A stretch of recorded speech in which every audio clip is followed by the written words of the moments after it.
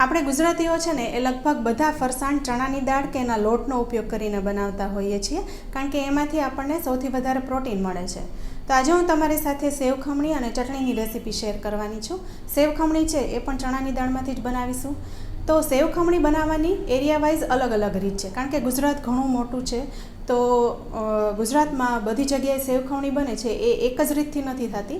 સૌથી વધારે પ્રખ્યાત સેવ ખમણી મઢીની છે. તો મઢી ગામમાં સેવ ખમણી છે એ ટ્રેડિશનલ રીતથી થતી હોય છે. તો ટ્રેડિશનલ રીતમાં ચણાની દાળને પલાળી એમાં બધા મસાલો ઉમેરી એને ક્રશ કરવામાં આવે છે. પછી એને કોઈ મોટા વાસણમાં કૂક કરી અને એમાં એક વઘાર કરીને સેવ ઉમેરી સર્વ કરવામાં આવતી હોય છે. તો આ ટ્રેડિશનલ રીત થઈ. હવે કંદોઈ છે એ ટ્રેડિશનલ રીતથી પણ બનાવતા હોય છે અને ફટાફટ બની જાય એ રીતે પણ બનાવતા હોય છે, કારણ કે એ લોકોને બલ્કમાં બનાવવાની હોય છે. ઘણા બધા લોકોને સર્વ થાય એ રીતે ફટાફટ બને એ રીતે અપનાવતા હોય છે. તો આજે આપણે કંદોઈ બનાવે અને ફટાફટ બની જાય એ રીતે સેવ ખમણી બનાવીશું. તો ચાલો જોઈએ કેવી રીતના બને છે. તો અહીં કંદોઈ બનાવે ને એ રીતનું ટેક્સચર એકદમ છૂટી અને મોઢામાં મૂકતા તો ચાવવાની પણ જરૂર ના પડે ને એવી બનાવવા માટે મેં વિડીયોમાં ટિપ્સ આપેલી છે, તો એને જરૂરથી ફોલો કરજો. તો ખમણી બનાવવા માટે અડધો કપ ચણાની દાળને 7થી 8 કલાક માટે પલાળીને રાખી દીધી હતી. તો હવે ચણાની દાળ ફૂલીને ડબલ થઈ ગઈ છે. આટલી વાર તમે પલાળો ને તો જ આટલી સરસ ફૂલી જશે અને તમે દાણો દબાવો ને તો એકદમ તરત જ ભાંગી જાય છે. હવે ચણાની દાળમાંથી બધું જ પાણી નિતારી લેવાનું છે. સાવ કોરી નથી કરવાની. તો મિક્સર જારમાં લઈ લેશું અને સાથે આદું અને મરચાં ઉમેરવાના છે. હવે અહીં ખમણીનો કલર એકદમ પીળો રહે ને એ માટે તમારે એકદમ તીખા મરચાં લેવાના છે, કારણ કે જો તમે ઓછા તીખા મરચાં લેશો તો એ વધારે ઉમેરવા પડશે. પરિણામે શું થશે કે ચણાની દાળમાં છે ને લીલો રંગ આવી જશે. એટલે એવું ન થાય એના માટે તમારે એકદમ તીખા મરચાં લેવાના. સાથે 4થી 5 કળી લસણની અને અડધો ઇંચ આદુના ટુકડા કરી ઉમેરી દઈશું. હવે બધું જ આપણે પલ્સ મોડ ઉપર પીસી લેવાનું છે. આનું દાણેદાર ટેક્સચર થાય એવું રાખવાનું છે. તો દાળમાં જેટલો પાણીનો ભાગ હતો એટલું પીસાઈ ગયું છે. તો બબે ચમચી કરીને કુલ 7થી 8 ચમચી પાણી ઉમેરીને આપણે એકદમ દાણેદાર પીસી લીધું છે. પલ્સ મોડ ઉપર પીસવાનું એટલે સરસ દાણેદાર ટેક્સચર થાય. આમે ચણાની દાળ છે ને એ એકદમ નથી પીસાતી હોતી, એનું ટેક્સચર આવું જ રહે છે. તો આવું તમારે પીસી લેવાનું છે. હવે આ મિશ્રણને છે ને આપણે એક બાઉલમાં કાઢી લેવાનું છે. અહીંયા તમે જોઈ શકો છો મિશ્રણનો કલર પીળો જ રહ્યો છે, કારણ કે તીખા મરચાં ઉમેર્યા છે એટલે. તો મિશ્રણને 10 મિનિટ ઢાંકી રેસ્ટ આપીશું. ત્યારબાદ આ મિશ્રણને મેં મોટા વાસણમાં લઈ લીધું છે. હવે આમાં આપણે બધા મસાલા ઉમેરવાના છે, કારણ કે આમાંથી આપણે ખમણ તૈયાર કરીશું. તો મેં વિડીયોમાં પહેલાં કીધું એમ કે આ જે કંદોઈ બનાવે એ રીતના આપણે ખમણી તૈયાર કરીશું. તો આ મિશ્રણમાંથી સૌથી પહેલાં ખમણ બનાવી લેવાના છે. વાટીદાળના ખમણ બનાવીએ ત્યારે મિશ્રણમાં આથો લઈ આવવાનો હોય છે, પણ જ્યારે ખમણી બનાવવાની હોય ને ત્યારે દાળ પીસીને એમાંથી તરત જ ખમણ બનાવવાના હોય છે. એટલે કંદોઈ આવી રીતના બલ્કમાં ખમણ બનાવીને ભૂકો કરી તૈયાર જ રાખે છે, જેથી એમાં વઘાર કરીને ફક્ત સેવ જ મિક્સ કરવાની હોય છે. એટલે ઘણા બધા લોકો માટે સેવ ખમણી તરત જ બનાવી શકાય છે. હવે મિશ્રણમાં સ્વાદ પ્રમાણે મીઠું, અડધી નાની ચમચી હળદર અને 2 નાની ચમચી જેવી દળેલી ખાંડ ઉમેરીશું. સાથે થોડી ખટાશ માટે 2 ચપટી જેવા લીંબુના ફૂલ ઉમેરીશું. લીંબુના ફૂલને બદલે તમારે લીંબુ ઉમેરવું હોય ને તો પણ ચાલે.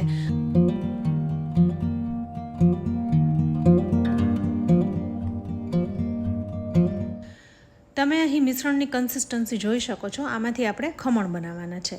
હવે જે વાસણમાં ખમણ બનાવવાના છે એને તેલથી ગ્રીસ કરી લઈશું. તો મેં એક નાનું કેક ટીન લીધું છે, એમાં તેલ લગાવી દઈશું એટલે ખમણ છે ને એ ચોટે નહીં. હવે આ વાટેલી દાળમાં જે રેગ્યુલર ઈનો આવે છે એનું અડધું પેકેટ ઉમેરી દેવાનું છે અને ઉપર થોડું પાણી ઉમેરીશું એટલે તરત જ એક્ટિવેટ થઈ જાય. ઈનો ના હોય તો બેકિંગ સોડા ઉમેરી શકાય. કંદોઈ તો બેકિંગ સોડા જ વાપરતા હોય છે. હવે બધું મિક્સ કરી લઈશું. ઈનો એક્ટિવેટ થઈ ગયો છે. મિક્સ કરતાં મિશ્રણ છે ને એકદમ ફૂલી જશે અને એકદમ હળવું બની જશે. એટલે એમાંથી ખમણ છે ને એટલા સરસ બનશે ને કે પછી એમાંથી ખમણી પણ સરસ બનશે. તો હવે આ મિશ્રણને તેલ લગાવેલા કેક ટીનમાં ઉમેરી દઈશું.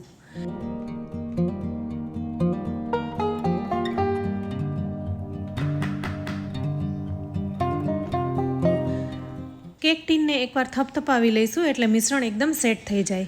સાથે મેં અહીં ગેસ ઉપર એક પેનમાં કાંઠો મૂકી પાણી ગરમ કરવા મૂકી દીધું હતું. તો એમાં કેક ટીનને ગોઠવીને ઢાંકી દઈશું અને 12થી 13 મિનિટ માટે સ્ટીમ કરીશું. થોડી વારમાં જ મિશ્રણ છે એ ફૂલવા લાગશે અને ફૂલીને ડબલ થઈ જશે. 12 મિનિટ જેવું થઈ ગયું છે અને તમે અહીં જોઈ શકો છો ખમણ છે એકદમ સારી રીતના ફૂલી ગયા છે, ફૂલીને ડબલ થઈ ગયા છે. તો આપણે ચપ્પુથી ચેક કરીએ તો ચપ્પુ છે એ પણ ક્લીન જ બહાર નીકળશે, કારણ કે 12 મિનિટમાં ખમણ એકદમ સરસ સ્ટીમ થઈ જાય છે. હવે ગેસ બંધ કરી દઈશું અને કેક ટીનને બહાર કાઢી લઈશું. હવે આ ખમણને એકદમ ઠરવા દેવાના છે. થોડા ઘણા ઠરી જાય પછી ખમણને કેક ટીનમાંથી બહાર કાઢી લઈશું, એટલે સાવ ઠરી જાય. ખમણમાંથી એકદમ ઝીણો ભૂકો ત્યારે જ થશે જ્યારે ખમણ એકદમ ઠરી જાય. ગરમ ખમણમાંથી તમે ખમણનો ભૂકો કરવા જઈશો ને તો બધું મિશ્રણ ભેગું થઈ જશે અને પરફેક્ટ ટેક્સચર નહીં આવે. તો આ બાબતનું ખાસ ધ્યાન રાખવાનું. હવે કેક ટીનમાંથી ખમણને બહાર કાઢી લીધા છે, હજુ ઠરવા દઈશું. તો ફ્રેન્ડ્સ, વિડીયોમાં તમને ચોખ્ખું દેખાઈ રહ્યું છે કે જાળી કેટલી સરસ પડી છે. બધી બાજુથી એક સરખું સ્ટીમ થઈ ગયું છે અને જરાય કાચું નથી લાગ્યું, હાથમાં પણ ચોંટતું નથી, એકદમ સોફ્ટ છે. હવે આમાંથી કંદોઈ બનાવીને એવા ટેક્સચરની ખમણી બનાવવાની છે. કંદોઈ જે રીતના ખમણી બનાવતા હોય છે તેનું ટેક્સચર એક જ સરખું હોય છે, એકદમ દાણેદાર હોય છે. તો આપણે આજે એવી જ રીત કરીશું. પણ એ પહેલાં આપણે ખમણમાંથી એક ટુકડો કાઢી લઈશું, આનો ચટણી બનાવવામાં ઉપયોગ કરીશું. સાથે મીડિયમ કાણાવાળી ખમણી લઈશું અને આ ખમણને આમાં ખમણી લેવાના છે. પણ આપણે ખમણતા જોઈશું તો એક સરખો ભૂકો નથી થતો, એમાં થોડા મોટા અને નાના ટુકડા મિક્સ થતા રહે છે અને હાથેથી પ્રેસ કરવા જાય તો દબાઈ જાય છે. તો આવો ભૂકો થાય છે, એક સરખો નથી થતો. તો એના માટે શું કરવાનું? તો ઘઉં ચાળવાનો ચારણો હોય એનાથી આ મિશ્રણને આપણે ચાળી લઈશું. આ મિશ્રણને એકદમ હળવા હાથે ચાળવાનું છે, દબાવીને નથી ચાળવાનું, એ વાતનું ખાસ ધ્યાન રાખવાનું. અને તો જ ખમણી ફૂલેલી રહેશે. તો જુઓ, મોટા કાણાવાળી ચારણીથી આપણે ચાળી લીધું તો એક જ સરખું ટેક્સચર આવ્યું છે અને દેખાવ પણ કેટલો સરસ આવી રહ્યો છે. તો હવે આ ખમણી સાથે ખવાતી ચટણી બનાવી લઈએ.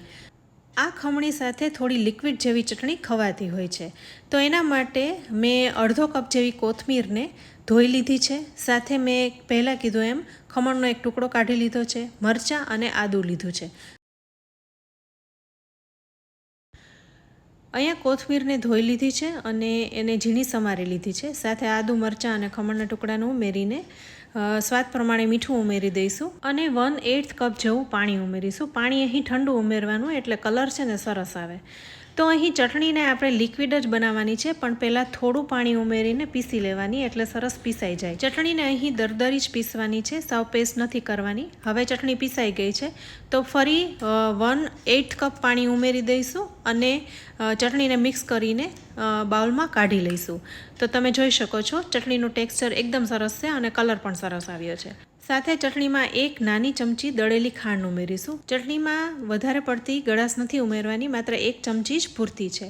હવે બધું મિક્સ કરીને આ ચટણીમાંથી 2 ચમચી જેવી ચટણી એક બાઉલમાં કાઢી લઈશું અને એમાં 1/4 કપ જેવું પાણી ઉમેરી મિક્સ કરી લઈશું, એટલે ચટણી લિક્વિડ જેવી તૈયાર થઈ જાય. અહીંયા તમારે ચટણીને ઘટ રાખવી હોય ને તો એ રીતે પણ રાખી શકાય. ખમણીના વઘારમાં વધારે પાણી હોય ને તો ચટણી ઘટ હોય અને ખમણી થોડી કોરી જેવી હોય, છૂટી હોય તો ત્યાં ચટણી લિક્વિડ હોય, એટલે બધું બેલેન્સ થઈ જાય. તો તમે જે રીતના ખમણીમાં વઘાર કરો છો એ રીતની ચટણી બનાવવાની હોય છે. હવે તૈયાર કરેલી ખમણીને એક પેનમાં લઈ લીધી છે અને વઘાર કરીએ એ પહેલાં સેવ મિક્સ કરી લઈશું. તો ખમણીમાં કેવી સેવ મિક્સ કરવાની? તો એકદમ નાયલોન ઝીણી સેવ હોય ને એનો ઉપયોગ કરવાનો, એ જ મિક્સ કરવાની. તમારે અહીંયા જાડી સેવનો ઉપયોગ નહીં કરવાનો. તો કંદોઈ લોકો છે એ પણ ઝીણી સેવ જ મિક્સ કરતા હોય છે. તો અહીંયા સેવને મિક્સ કરી લીધી છે. અહીંયા આશરે 50 ગ્રામ જેવી સેવને મિક્સ કરી છે. હવે આપણે એક વઘાર કરવાનો છે. તો એક પેનમાં 6 થી 7 ચમચી જેવું તેલ લીધું છે. આ શીંગ તેલ જ છે. તો તેલ ગરમ થઈ જાય એટલે 1 ચમચી ભરીને રાઈ ઉમેરીશું. રાઈનો ટેસ્ટ સેવ ખમણીમાં એકદમ સરસ લાગે છે, એટલે થોડી મેં વધારે પડતી રાઈ લીધી છે. રાઈ ફૂટવા લાગે એટલે 5 ચમચી જેવી હિંગ ઉમેરીશું. ત્યારબાદ તીખા મરચાં અને કાજુ, દ્રાક્ષ ઉમેરીશું. કાજુ અને દ્રાક્ષ ઉમેરવા ઓપ્શનલ છે, કંદોઈ નથી ઉમેરતા હોતા, પણ મને ગમે છે એટલે હું થોડા ઉમેરી રહી છું. હવે બધું મિક્સ કરી લઈશું અને આમાં અડધો કપ જેવું પાણી ઉમેરી દઈશું.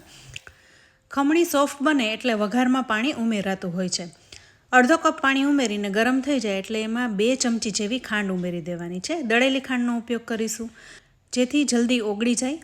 હવે પાણી ઉકળવા લાગ્યું છે, મિક્સ કરી લઈશું એકવાર અને પાણી ઉકળવા લાગે એટલે તરત જ ગેસ બંધ કરી દઈશું અને આ વઘારને ખમણી ઉપર રેડી દઈશું. ખમણીમાં પહેલાંથી સેવ ઉમેરી દીધી છે ને, એટલે સેવ ઘણું ખરું મોઇસ્ચર છે એ શોષી લે છે, એટલે ખમણી વધારે પડતી કોરી થઈ જાય છે. એટલે વઘારમાં થોડું પાણી ઉમેરે ને તો ખમણી ખાવામાં સોફ્ટ લાગે. હવે ખમણીમાં થોડીક કોથમીર છાંટીશું અને મિક્સ કરી લઈશું.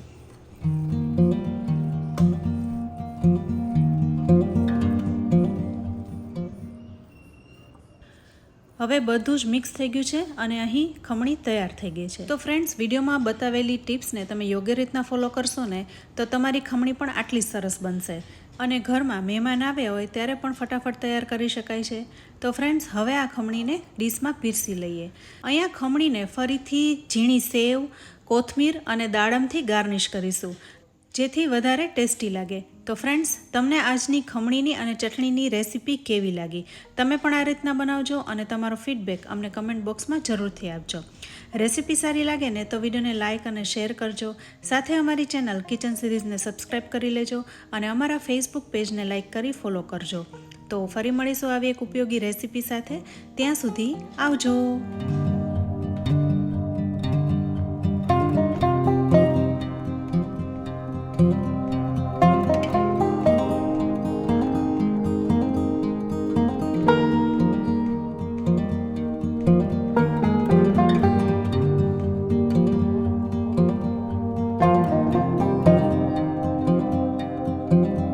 Thank you.